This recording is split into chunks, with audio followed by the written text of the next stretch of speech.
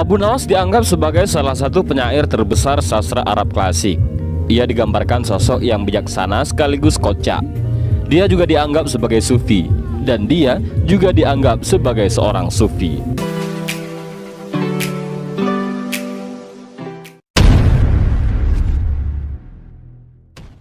Dan kali ini kita akan menceritakan kisah Abu Nawas yang menyanggupi memindahkan istana raja ke atas gunung. Baginda baru saja membaca kitab tentang kehebatan Raja Sulaiman yang mampu memerintahkan para jin memindahkan singgasana Ratu Bilqis di dekat istananya.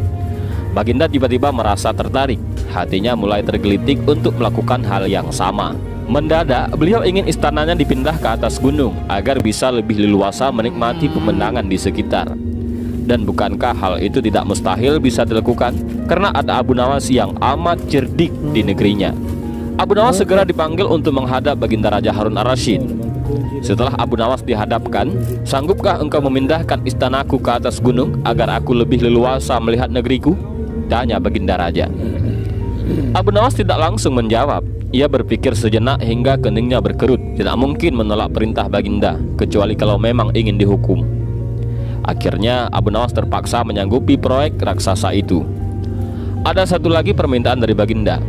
Pekerjaan itu harus selesai hanya dalam waktu 1 bulan. Abu Nawas pun pulang pada hari itu dengan kepala yang pening.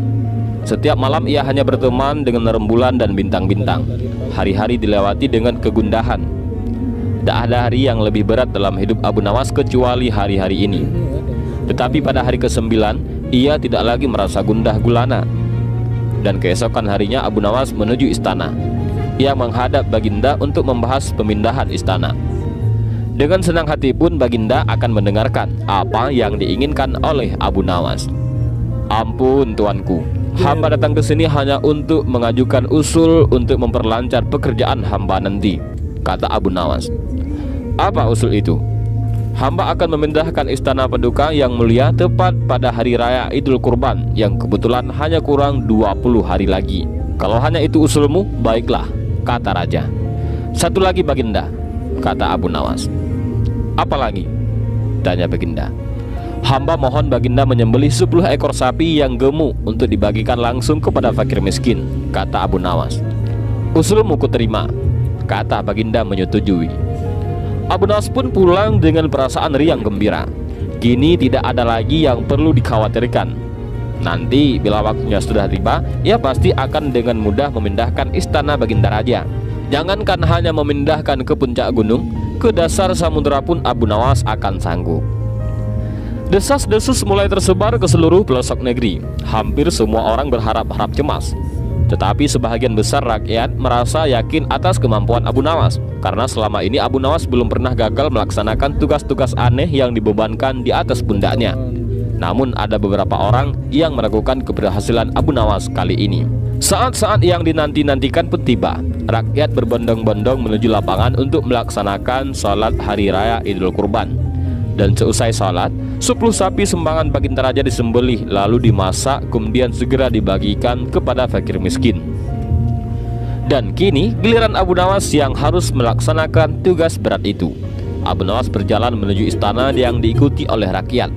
Sesampai di depan istana, Abu Nawas bertanya kepada Baginda Raja, "Ampun tuanku yang mulia, apakah istana sudah tidak ada orangnya lagi?" "Tidak ada," jawab Baginda Raja singkat.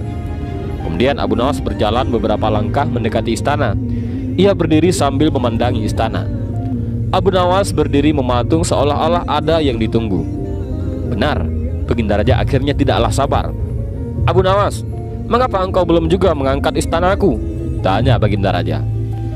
"Hamba sudah siap sejak tadi Baginda," jawab Abu Nawas. "Apa maksudmu engkau sudah siap sejak tadi?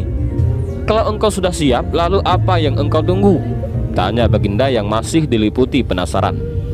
"Hamba menunggu istana paduka yang mulia diangkat oleh seluruh rakyat yang hadir untuk diletakkan di atas pundak hamba. Setelah itu hamba tentu akan memindahkan istana paduka yang mulia ke atas gunung sesuai dengan titah paduka."